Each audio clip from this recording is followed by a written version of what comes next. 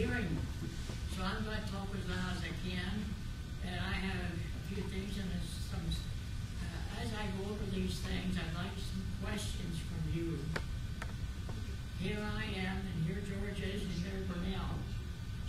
We're the last of the Unger family. And I would like to have some questions as I go through some of these things as to what you would like to hear. After all, I watched your parents grow up.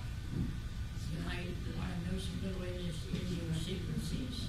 What did they do when they went out on dates? Well, you should have heard they saw the shave lotion and stuff they put on before they went out the door. I can tell you those things.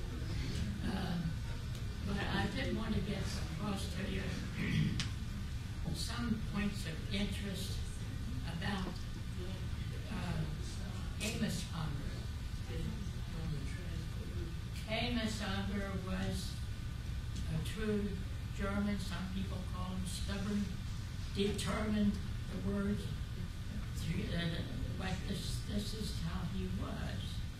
When he was 55 years old, when in those days he was had the painting trade, painted houses, interior and exterior. He wore long white overalls on top of his underclothes, and he rolled up the legs. Went at the Shepherd's Watermount Liquor Brothers foundry. He fell down from the top of the stairs down to the bottom, all crunched up there at the bottom. He broke his kneecap in half and shoved it 6 inches up his leg. Well, the ambulance got there. Normally, nowadays, he'd be out to the hospital and they'd take care of him and so forth. But you have to remember, the patient has rights. If he doesn't want to be operated on, or if he wants it done his way, he will get it done his way. So the ambulance took him home, took him upstairs and put him to bed. And the doctors were there pleading, if you don't get this operated on and try to get that kneecap back together and in place, gangrene's going to set in, and that leg will have to come off. I don't care. Get a saw in here and saw it off right now. That's what the kind of a guy he was, and that's what he said. So eventually, my older brothers, I wasn't in on this, but they convinced him that the best thing to do is that maybe you should go out there and get this, George is laughing. Maybe you should go out there and go to the hospital and get this operation, get it taken care of. And I think George probably convinced him more than anybody. No, Agnes did. Agnes sat on his bed and pleaded with him. He pleaded with him. Finally, he agreed that he would go if I would drive in. I'm getting it. He agreed to go. I was in 7th grade at the time. Dean was in 8th. He was 50. My dad, 55 years old. And I think of this as we go. He finally was convinced to go down and get in the ambulance.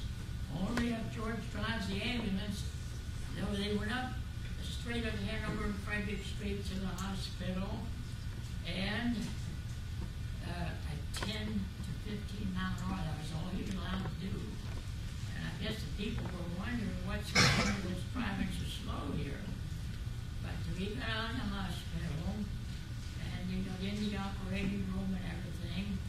He still had instructions to the nurses, to the doctors, everybody, the anesthesiologist, how he wanted this thing done. So the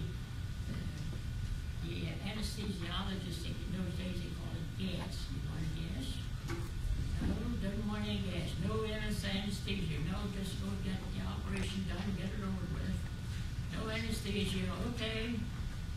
So there was a nurse standing by there, and she said, well, Mr. Unger, if you get to the point that you don't stand the pain anymore, you just squeeze my hand.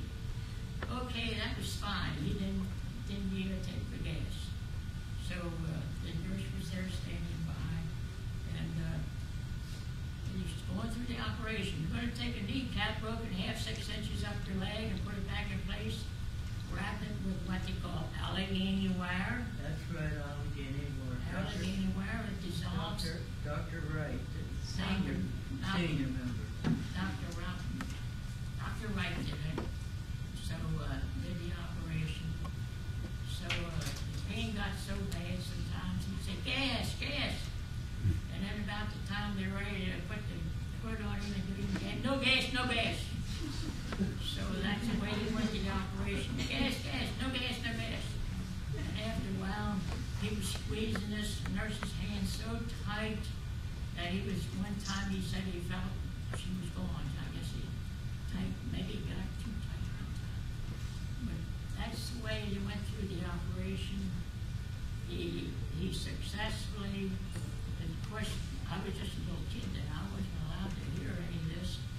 And when George and Earl and the older brothers and Cletus, they wanted to have a special session one night, and us little kids get up to bed, you're not allowed to hear this. Well, that's the way they did things in those days.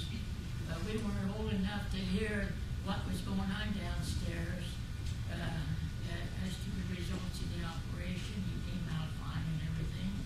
It was no big deal because I could hear all that stuff through the ventilator. And that's the way it was. But then he did successfully come out of that. He did have his operation. He was on crutches for quite a while until that. And I took him on walks. East Middle Street at that time was developing into new homes all over the place.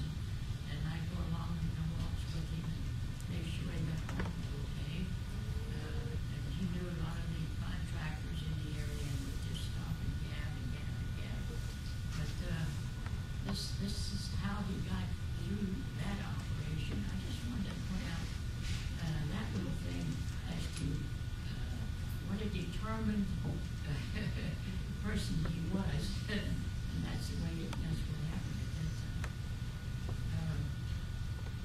55 years old. He recuperated successfully, but never went back to work the rest of his life. So there you are, work for a family. How did he make it? We had a lot of help from relatives, family,